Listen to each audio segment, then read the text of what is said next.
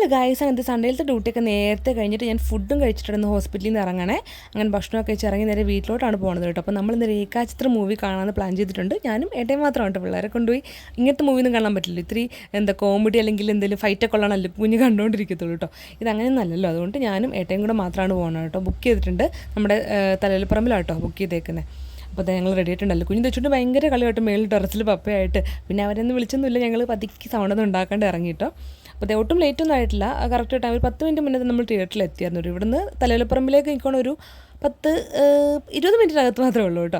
അങ്ങനെ നമ്മളിത് ഇറങ്ങിയപ്പോൾ ഞാൻ ID കാർഡ് ഊരില്ലെന്ന കാര്യം ഓർത്തു കേട്ടോ. നേരെ വന്നപ്പോൾ തന്നെ ഇറങ്ങിയതാണല്ലോ. അങ്ങനെ ഏട്ടയാണ് ഞാൻ പുറത്ത് വെച്ച് അമ്മയുടെ വണ്ടിയും പിന്നെ എൻ്റെ ID കാർഡൊക്കെ ആയിട്ട് അകത്ത് കൊണ്ട് വെച്ചിട്ട് നമ്മൾ ഇറങ്ങുവാണ്. ഇതാണ് എൻ്റെ വീടിൻ്റെ ഫ്രണ്ടിലത്തെ വഴി. ആ നടുക്കോട്ട് പോയിട്ട് വലതുവശത്താണ് എൻ്റെ വീട്. 2 സൈഡിലും വീടുകളൊക്കെ ഉണ്ട് കേട്ടോ. അങ്ങനെ നമ്മൾ വീട്ടിൽ നിന്ന് ഇറങ്ങുവാണ്. അപ്പം നല്ല മൂവിയാണ്. എനിക്ക് ഇഷ്ടപ്പെട്ടു. ഒരു ത്രില്ലർ എന്നൊക്കെ പറയാം. എനിക്കൊരുപാട് ഇഷ്ടപ്പെട്ടു.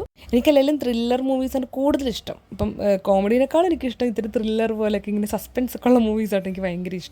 അതെനിക്ക് എത്ര വേണേലും കാണാനൊരു കുഴപ്പമില്ല. എല്ലാ ഭാഷയിലും ഇങ്ങനത്തെ ത്രില്ലർ മൂവീസ് ഞാൻ കണ്ടുപിടിച്ച് കാണാറുണ്ട് കേട്ടോ. അങ്ങനത്തെ പടമൊക്കെ കണ്ടുപിടിക്കും. പിന്നെ ഇതിന് ഇൻ്റർവെൽ ഇല്ലായിരുന്നു കേട്ടോ. ഏതൊരു പോർഷൻ വെച്ചിട്ട് തിയേറ്ററിൽ തന്നെ അവരങ്ങ് ക്ലിപ്പങ്ങ് ഓഫ് ചെയ്തിട്ട് ഇൻ്റർവെൽ എഴുതി കാണിച്ചൊന്നുമില്ല കേട്ടോ. അങ്ങനെ നമ്മൾ ആ ഒരു ഇൻ്റർവെൽ സമയത്ത് പോയിട്ട് നമ്മൾ പോപ്കോണൊക്കെ വാങ്ങിച്ചു. വലിയ മുട്ടൻ പോപ്കോൺ വാങ്ങിച്ചു. അതുകൊണ്ട് തന്നെ പകുതി പോലും ഞാൻ കഴിച്ചില്ല. കുറച്ച് കഴിച്ചിട്ട് നമ്മൾ അതും കൂടി ഞാൻ വീട്ടിൽ പോകുന്നു കേട്ടോ. വീട്ടിൽ വന്ന് പിള്ളേരൊക്കെ റെഡിയാക്കിയിട്ട് നമ്മൾ നേട്ടയുടെ വീട്ടിലോട്ട് തിരിച്ച് പോവാണ്.